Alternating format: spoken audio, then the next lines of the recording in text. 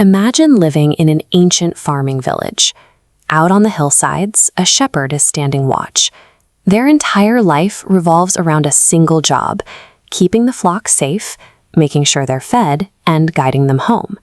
For thousands of years, people have looked at that dedication and expected the exact same thing from their leaders.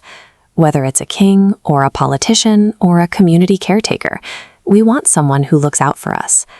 But we also know the pain of watching that trust break down. Instead of a protector, the leader becomes a predator, treating the people he's supposed to serve as a way to fill his own pockets. When the people in charge decide to serve only themselves, the results are always the same. The weakest and most vulnerable in the community pay the heaviest price.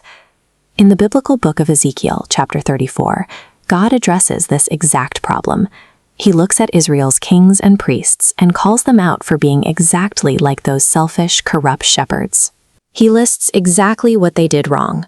Community resources were diverted for their own use. Leaders ignored the sick, pushed the weak aside, and ruled harshly. Because they focused on personal gain, the hurting suffered. If someone got lost, no one went looking. This situation grieves God.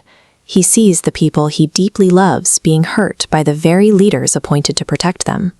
To God, the genuine welfare and safety of his people will always be more important than the maintenance of authority or power. So what does God do when human leaders completely fail? Does he just sit back and watch from a distance? His response in Ezekiel 34 is surprising.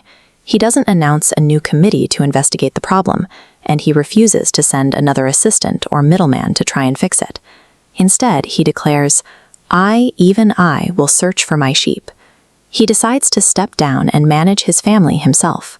He promises to do the work with his own hands.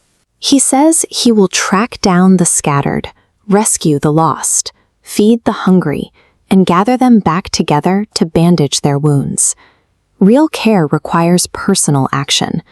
God's love is so persistent that he is willing to get his own hands dirty to make sure we are safe. But the national leaders aren't the only ones held accountable. God also turns his attention to the ordinary people in the community, judging how the sheep treat one another.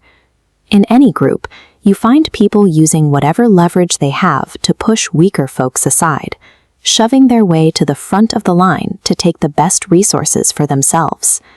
God sees this everyday bullying. Every time a strong person takes advantage of someone who can't fight back, he takes notice. He promises to step in as a God of strict justice to protect the poor, the wounded, and the people everyone else ignores. True care requires dealing with the bullies. God establishes real justice at every single level of society, tolerating zero abuse of the vulnerable. To accomplish this total rescue, God reveals his ultimate plan, a prophecy that he will send a shepherd king from the ancient royal line of David. If we fast forward hundreds of years into history, we see exactly who stepped into that role. That promised shepherd king is Jesus Christ. The promise written in Ezekiel perfectly matches the words Jesus spoke in the New Testament. He arrived to say, "I am the good shepherd."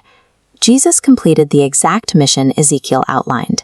He came directly to earth, gathered the hurting people society had rejected, and eventually laid down his own life on the cross to save them.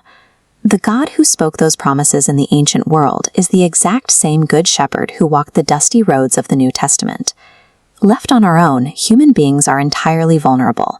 We get lost easily, we get hurt, and simply cannot save ourselves.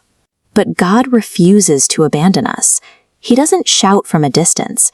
He steps into our mess to pick us up and carry us home. If you want the heartbeat of Ezekiel 34 in a single thought, it is this: my people are hurting, and I myself will come to rescue them. That good shepherd defeated death, rose again, and is still actively gathering his flock today, leading us toward eternal life.